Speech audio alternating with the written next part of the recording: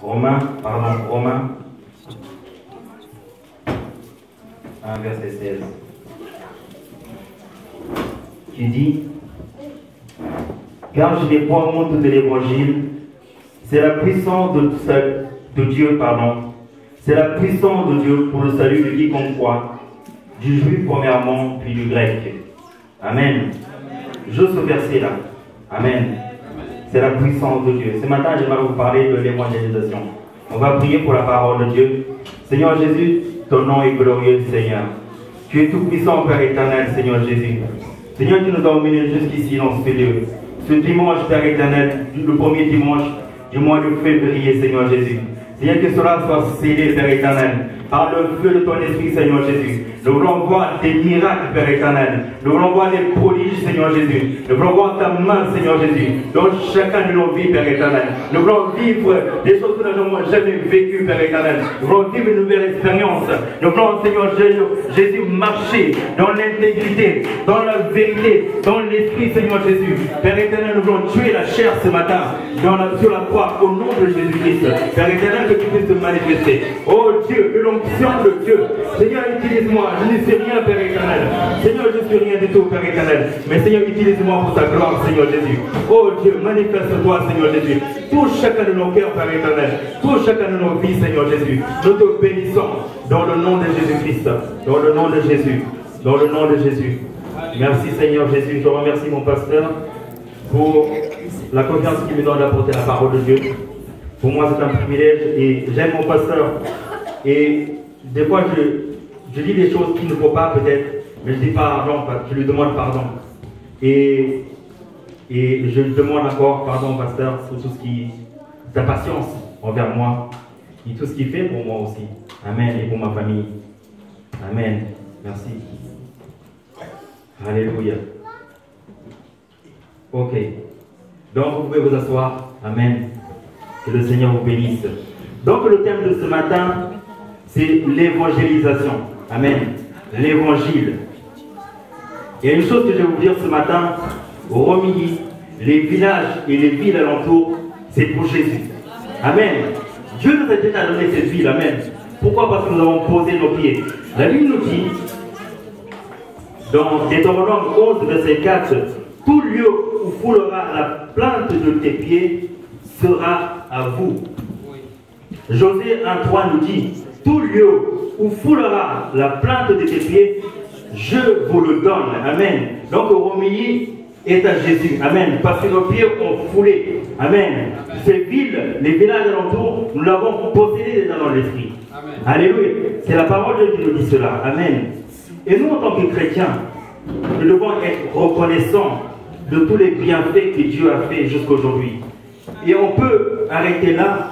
Et si on ferme les yeux, si on regarde en arrière, on sait d'où le Seigneur nous a retirés. Amen. Nous savons d'où nous étions. Mais Dieu nous a retirés des ténèbres et nous a ramenés dans sa admirable lumière. Amen. Jésus a dit que le royaume de Dieu n'est pas de ce monde. Amen. Nous ne sommes pas de ce monde. Mais même si nous sommes dans le monde, mais notre royaume, notre vie, c'est pour là-bas. Amen. C'est pour le ciel. Amen. Donc, que le Seigneur, que le Saint-Esprit puisse nous conduire dans l'évangélisation. C'est très important. Qu'est-ce que c'est l'évangélisation? Je vais vous parler un petit peu. Pour certaines personnes, pour les étudiants libères, il y a des choses peut-être que vous connaissez, mais c'est un rappel. Et nous ne voulons pas simplement avoir une connaissance, mais nous voulons appliquer, amen, dans nos vies. Alléluia. Amen. Premièrement, qu'est-ce que c'est l'évangélisation? L'évangélisation est un ministère précis, bien spécifique, et elle est essentielle pour le travail de l'Église. Amen. Jésus-Christ nous ordonne que son Église, grandisse, croisse et grandisse encore et encore dans le ministère de l'évangélisation. Comment définir ce terme? Premièrement, l'évangélisation, c'est un acte de présenter Jésus-Christ. Amen. Présenter quelqu'un que vous aimez beaucoup, un ami. Comment vous faites? Quand c'est quelqu'un de très intime, Vous êtes dans la joie, vous voulez le présenter, vous voulez le présenter à tout le monde. Parce que il y a une intimité. Je connais cette personne que je vous présente. Donc, c'est de présenter Jésus-Christ comme Seigneur et Sauveur. Et nous avons l'exemple de Philippe. Dans Actes, verset 8 à 5, il nous dit, Philippe étant descendu dans la ville de Samarie, prêcha Christ. Dans Actes 8, 12, il nous dit, mais quand il eut cru à Philippe, qui annonçait la bonne nouvelle du royaume de Dieu, du nom de Jésus-Christ. Deuxièmement, l'évangélisation consiste à porter un message bien spécifique. C'est un message clair. Il n'y a pas d'ambiguïté. Ce n'est pas confus. C'est clair. Et quand il est dit, il est prêché, en fait, il y a une réponse qui vient immédiatement du pécheur qui reçoit le message. L'évangélisation, troisième point, c'est une exhortation qui est adressée aux pécheurs. Lorsque le pécheur accepte Christ comme leur sauveur personnel, il devient membre de l'Église, il prend des engagements, il se fait baptiser et il sert l'Église dedans et dehors. Amen. Et quatrième point, l'évangélisation, c'est une voix. Amen. C'est une voix. Cette voix, il crie dans le désert, il crie au sommet de la montagne, il crie dans les vallées, il crie dans les plaines et dans les villes. C'est une voix. Amen. Cette voix, elle parle, elle déclare, elle annonce, elle proclame la vérité qu'il y a un seul Dieu. Amen. Donc c'est un message bien clair et bien précis. L'évangélisation, c'est de gagner les âmes. Amen. Dites avec moi, je veux être un gagneur d'âme. Alléluia. Amen. Vous avez confessé des choses énormes. Alléluia. Alléluia. Nous voulons être des gagneurs d'âme. Qui sont les évangélistes? Chacun d'entre nous. Il n'y a pas d'âge. Il n'y a pas d'âge. Moi, j'ai juste une pensée là. La petite fille qui vivait chez Amon, qui était un soldat qui avait la maladie. Cette petite fille, il a orienté cet homme vers l'homme de Dieu pour savoir comment avoir la guérison de la lèpre. Il y avait la lèpre. C'est pour vous dire que Dieu nous place dans des endroits bien stratégiques pour diriger l'âme vers l'homme de Dieu. C'est vers l'homme de Dieu. Amen. Parce qu'il est le berger pour tout le troupeau. Amen. Donc les évangélistes, dans 2 Timothée 4, verset 5, l'apôtre Paul encourage Timothée, mais toi, sois sobre en toutes choses, supporte les souffrances, fais l'œuvre de l'évangéliste, remplis bien ton ministère. L'évangéliste est la personne en fait qui met le pécheur en contact avec Dieu, il réconcilie en fait. Il ramène la parole de la réconciliation. Amen. Parce que nous étions pécheurs loin de Dieu, mais quand nous entendons la parole de Dieu, il y a cette connexion qui vient avec Dieu. Donc il y a la réconciliation et le pardon des péchés. Amen. Alléluia. L'évangéliste fait partie des 5 ministères dans l'Église, comme Pasteur a dit. On doit se complémenter. On doit se complémenter pour l'œuvre de Dieu. Amen. Et dans Éphésiens 4, verset 11, il a donné les uns comme apôtres, les autres comme prophètes, les autres comme évangélistes et les autres comme pasteurs et docteurs. Donc l'évangéliste a une place dans le ministère de l'Église. Amen. Et Philippe était un évangéliste. Philippe, c'était un homme, je pense qu'il avait un physique sportif. Parce qu'il courait après les âmes. Oui, il pouvait se déplacer, même attraper un chat. Donc il était en forme. On doit être aussi bonne forme physique, santé. Amen. Parce qu'il faisait ça. Quand il est arrivé dans la ville de Samarie et qu'il a vu l'eunuque plus loin, il nous dit qu'il courait, il lui a posé la question. Mais comprends-tu ce que tu lis? Et c'est là que l'eunuque lui a dit non, il n'y a personne pour me l'expliquer. Et c'est là qu'il lui a invité à monter dans le char. Ils ont commencé à discuter. Et Philippe a présenté Jésus. Il a présenté Jésus. Et c'est là que le cœur de cet homme s'est ouvert et il a compris la parole. Il y a eu la réconciliation et il y a eu cet acte de s'engager. Ils ont marché un peu plus loin dans le char. Ils ont vu de l'eau. Et l'eunuque a dit, mais il y a de l'eau là, qui m'empêche d'être baptisé? Et ils sont descendus tous les deux dans l'eau et furent baptisés au nom de Jésus-Christ. Amen. Amen. Amen.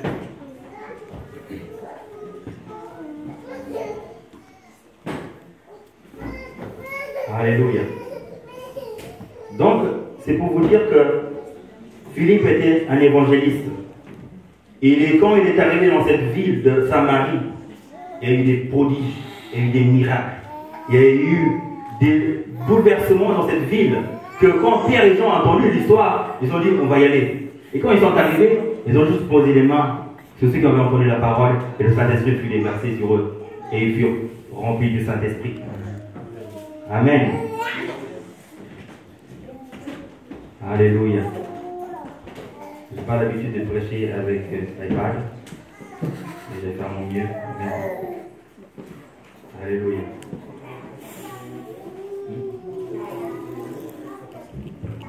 Amen.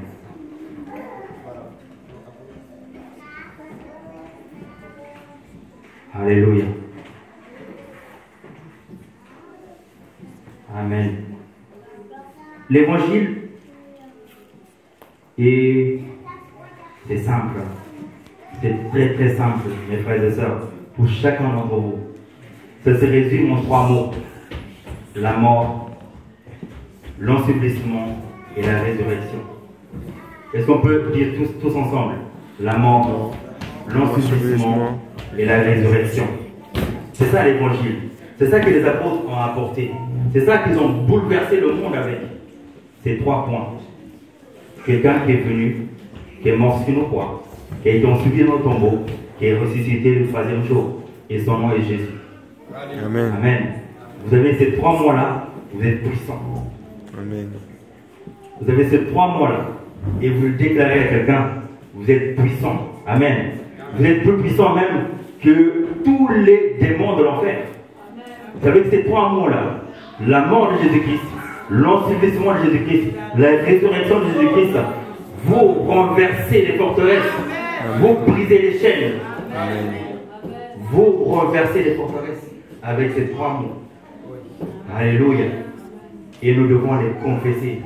Nous qui sommes des évangélistes, nous qui sommes des gagnants d'âme, nous devons confesser ces choses. Amen. Alléluia. Et le Seigneur agira.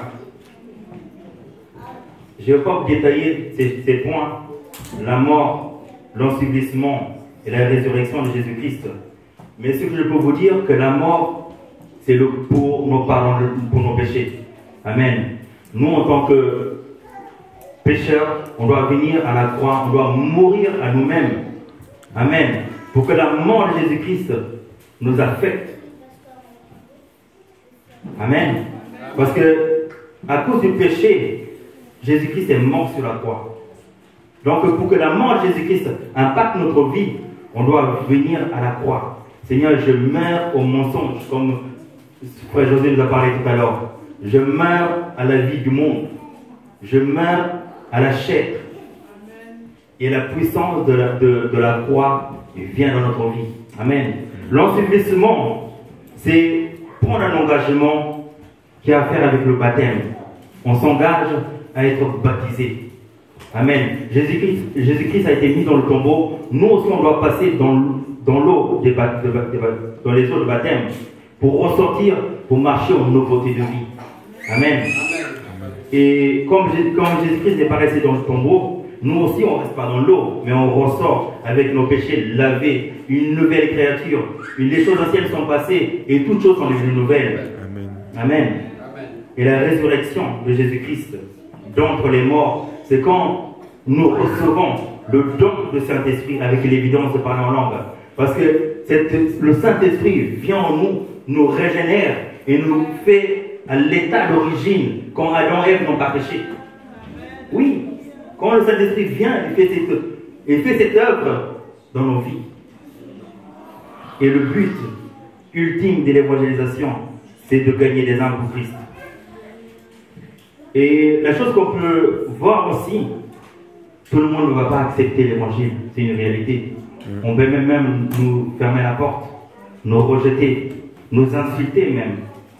Merci Seigneur qu'on ne soit pas dans ce temps des apôtres où il y avait la persécution. Philippe, ce que je ne vous ai pas dit, lui il était en Samarie, mais Saul de Tarse était après eux. Ils arrêtaient tous les chrétiens, tous les apôtres. Eux, lui, il prêchait la bonne nouvelle. Pendant qu'il y avait Saul qui ravageait tous les chrétiens, il les mettait en prison et les tuait. Il y avait Étienne justement qui était au même époque, ils l'ont lapidé. Et Paul a approuvé cela. Donc nous ne sommes pas dans cette situation-là. Mais eux, ils annonçaient la bonne nouvelle. Ils annonçaient la puissance de Dieu. Il y avait des miracles. Il y avait des choses qui se produisaient. Il y avait des baptêmes du Saint-Esprit. Et donc, c'est pour vous dire qu'on peut nous rejeter. C'est pas nous qui rejettent, c'est le Seigneur. En réalité, on doit être ni frustré, mais plutôt triste. Mais parce que c'est pas nous qui rejettent, mais c'est le Seigneur. Amen. Dieu nous donne la mission. Nous sommes en mission sur la terre. Amen. Nous avons chacun un but à accomplir sur la terre. Amen. Et la mission que Dieu a mis dans chacun de nos cœurs, c'est de partager la bonne nouvelle. C'est de partager ce que vous avez reçu. Ce que vous avez reçu gratuitement, donnez aussi gratuitement. Amen. Vous allez le faire? Amen. Amen. Alléluia. Et il nous dit dans Marc 16 verset 15, puis il leur dit, allez par tout le monde, prêchez la bonne nouvelle à toute la création, que tout ce qui croira sera baptisé, sera sauvé, mais celui qui ne croira pas sera condamné. Amen. Donc la nouvelle, ce que Dieu nous demande de faire, c'est de prêcher, d'annoncer la bonne nouvelle. Et le jour de la Pentecôte, comme nous avons vu ce matin à l'école du dimanche, Pierre avait la peur, mais quand il avait reçu la puissance de Dieu, il a dit, repentez-vous, et que chacun de vous soit baptisé au nom de Jésus-Christ pour le pardon de vos péchés, et vous recevrez le don du Saint-Esprit. Car la promesse est pour vous, pour tous ceux qui sont au loin, aussi bon nombre que le Seigneur notre Dieu les appellera. Dieu tarde dans l'accomplissement de sa promesse, comme nous qui croyons, mais il use de patience envers vous et nous, en chacun de nous. Nous voulons qu'aucun périsse, mais que tous arrivent à la repentance. Le Seigneur, il n'est pas encore venu parce qu'il patiente. Amen. Il attend. Parce qu'il y a beaucoup encore qui doivent être sauvés. Dieu veut frapper à la porte des cœurs. Amen. À condition qu'il y ait des hommes et des femmes qui vont se lever. Est-ce qu'il y a quelqu'un qui va se lever? Amen. Est-ce qu'il y a quelqu'un qui va se lever? Amen. Pour annoncer. Dieu est prêt à frapper. Il a dit, je suis là et je frappe. Amen. Comment il va frapper? C'est quand nous apportons la bonne nouvelle, quand nous allons vers les autres. Et si nous faisons cela, Dieu va frapper et il rentrera. Il y aura des cœurs qui vont être transformés. Il y a des vies qui vont être changées. Amen. Alléluia. Vous savez, les cœurs des gens, la vie des gens est comparée aux 4 terrains. Amen. On doit être capable, on n'est pas des psychologues, mais on doit être discerné, amen, dans l'esprit.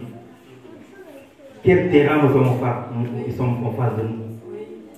On doit discerner. Et c'est notre but, c'est notre mission de discerner et de pouvoir savoir quoi faire. Parce que il faut savoir s'il faut semer, s'il faut débroussailler, s'il faut enlever les cailloux, s'il faut ramollir la terre pour pouvoir planter. Amen. Et ça, c'est le rôle de l'Église. Amen. Ok, je vais faire un petit mouvement là. On va essayer de faire un petit geste tous ensemble. J'ai besoin d'une chaise. Une chaise? Oui. Ok, je vais m'asseoir, c'est pas grave. Ok. Vous allez essayer de faire avec moi tous ensemble, d'accord? C'est quelque chose de très simple, hein, c'est pas compliqué. On va essayer tous ensemble de bouger dans ce sens-là. D'accord? Mais non, il faut me montrer d'abord, d'accord? Et après, on va faire ensemble. Et après, on va bouger dans l'autre sens. Et après, on va se lever et on va lever nos mains. D'accord? Ok? Donc, allez, c'est parti. Donc, 1, 2, 3. Et on se lève. J'ai oublié une chose. L'unité. Amen. L'unité. L'unité, c'est à faire avec le mouvement du pasteur. Amen. On doit bouger avec le pasteur. Parce que si nous bougeons dans l'unité, alléluia, il y a des choses qui vont produire. Il y aura des grands fruits qui vont se faire. Donc, on doit être capable de bouger ensemble. Amen. Je vais vous parler de 4 terrains parce que Apollos a dit, je plante. Non, Paul a dit, je plante. Apollos arrose, mais Dieu fait croître. Ce que j'aimerais vous dire ce matin, nous sommes une église. Nous devons marcher ensemble. Amen. Nous devons travailler ensemble. Nous devons voir la naissance. Nous devons être comme les femmes qui sont dans la douleur de l'enfantement. Amen. Nous voulons voir les enfants naître de nouveau. Nous voulons voir l'église grandir. Amen. Et je ne sais pas pour vous. Amen. Mais si vous avez déjà fait ça, la personne qui a déjà invité quelqu'un à l'église, le jour qu'elle a invité quelqu'un, elle a le sourire comme ça. C'est une joie. Et c'est sage de le faire. Même plus loin encore, quand cette personne prend l'engagement de se faire baptiser. Encore plus loin encore, quand vous entendez cette personne qui commence à gagner des âmes, à se faire baptiser, gagner des âmes, à voir des miracles que Dieu fait. Je vous donne juste un témoignage, après je vais continuer. Il y a un frère que j'aime beaucoup, et avant-hier il m'a appelé, il m'a dit, tu sais quoi, Dieu est en train de faire des choses incroyables. Il a eu un travail sans papier. Il a eu la carte du sécu sans papier. Il a été augmenté 3 fois plus que son salaire. Ça, c'est des choses matérielles. Mais il a une vie de sainteté. Il a une vie de prière. Il y a des miracles qui se font tout le temps. Et il m'a dit justement là, j'ai prié la nuit et le matin, je suis à la préfecture. Et quand je suis arrivé, ils ont dit, votre dossier est prêt. Venez dans un mois avec votre carte d'identité du 10 ans. Il n'a pas besoin de mariage, il n'a pas besoin de postuler. Dieu a fait un miracle. Alléluia.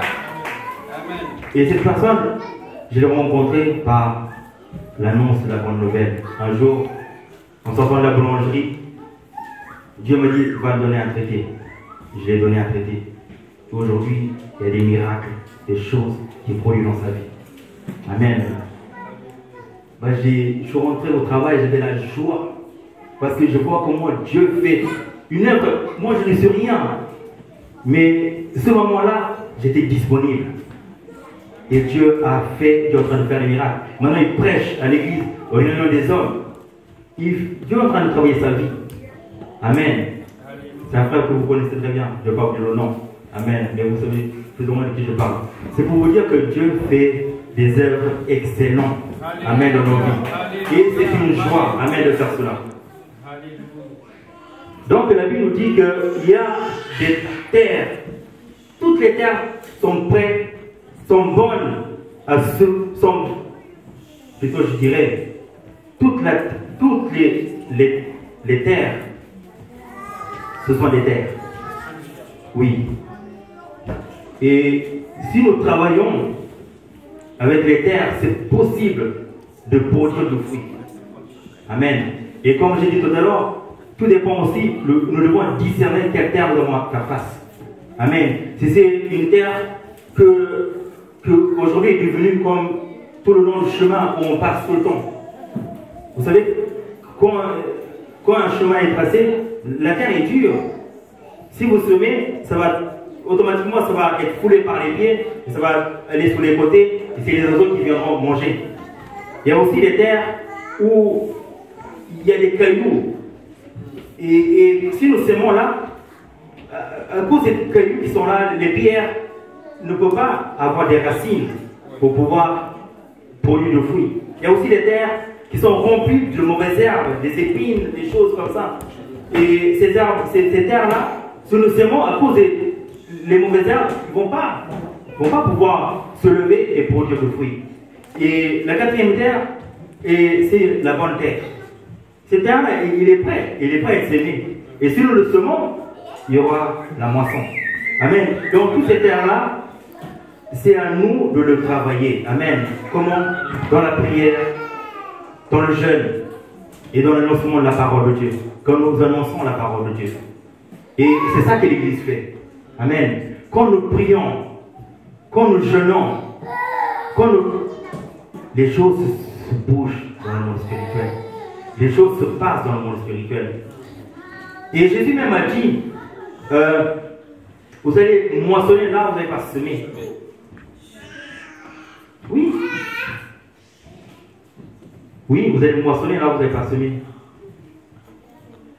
Philippe, quand il est parti dans la Samarie, Jésus est passé par là. Jésus s'est arrêté au puits de Jacob. Et puis il a rencontré une femme samaritaine. Et cette femme samaritaine, il a conversé avec Jésus, il lui a demandé, Jésus lui a demandé de l'eau. Et la femme samaritaine, elle savait que les Juifs ne pouvaient pas parler avec les Samaritaines. Il lui a dit, mais comment toi un Juif tu me demandes de l'eau? Et plus loin, Jésus a dit, mais si tu savais qui te demande l'eau, toi-même tu vas te demander l'eau. Parce que l'eau que Jésus lui donnera, de son sein coulera une fleuve. Amen. Et il n'aura plus jamais soif. La femme, elle était troublée. Et plus loin, Jésus lui parle un petit peu, Jésus lui dit, le révèle qu'elle était. Il a dit, va chercher ton mari, je te donnerai cette eau. Elle a confessé ses péchés en disant qu'elle n'a pas de mari. Et l'histoire continue. Et quand Jésus lui a dit, tu as bien dit de dire la vérité, il a dit, va dire à ta famille. C'était une Samaritaine, elle habitait dans la Samarie. Et elle a laissé sa cruche. Et ce qu'elle avait, elle est partie dans la ville. La Bible nous dit que quand elle est arrivée dans la ville, elle a publié toute la ville de ce que Jésus a dit. Il a dit, j'ai vu un prophète qui m'a tout dit. Qu'est-ce qu'elle a fait là? Elle a évangélisé. Elle a évangélisé. Elle, dans sa joie, dans tout ce qu'elle a reçu, elle a propagé la bonne nouvelle. Les gens sont venus voir même. Elle a dit, c'est pas parce que tu nous as dit, maintenant nous avons vu qu'il est vraiment le sauveur du monde. Et donc, dans cette ville-là, il y avait une préparation qui était faite. Il y a eu certainement des cailloux qui ont été enlevés, certainement qu'il y a eu des mauvaises herbes qui ont été arrachées, certainement que le chemin a été ramolli par la bonne nouvelle qu'elle a annoncée. Et quand Philippe est venu, dès qu'il a commencé à parler de Jésus, il y a eu des miracles, des prodiges qui se sont produits. Parce qu'il y a quelqu'un qui avait semé. Amen. Il y a quelqu'un qui a semé. Et moi je crois que dans la vie de Romilly, il y a beaucoup de choses qui ont été semées. Dans la prière. Dans la prière. Dans le jeûne. Qui a été fait. Maintenant, c'est un défi pour chacun d'entre nous. Le défi, c'est de se lever. Amen. Y aller. Alléluia. Le défi, moi je vous mets un défi ce matin, Église. Je suis dedans. Amen. Parce que nous sommes Église. Nous sommes l'Église. Amen. C'est de multiplier. Nous avons eu un message puissant hier, destiné de doubler la petite église qui rentre dans la grande église. Alléluia. Et nous sommes destinés de doubler.